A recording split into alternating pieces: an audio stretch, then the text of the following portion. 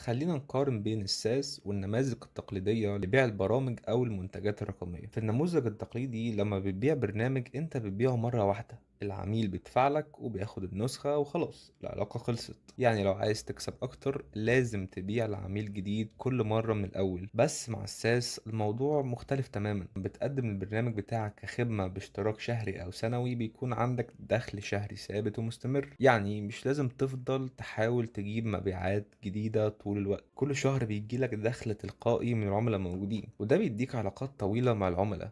يعني بما ان العميل بيشترك في خدمتك فانت بتبني علاقة مستمرة، وده بيساعدك تطور المنتج بشكل مستمر حسب احتياجاتهم وتحافظ عليهم لفترة اطول. ده كمان بيديك قابلية للتوسع السريع، لان البرنامج سحابي، يعني تقدر تضيف الاف المستخدمين من غير ما تحتاج ان انت توزع اجهزة او نسخ. كل اللي انت هتحتاجه هو سيرفر اقوى وخطة تسويق كويسة. شوف الفيديو كامل على اليوتيوب، اللينك في البايو أو في أول تعليق.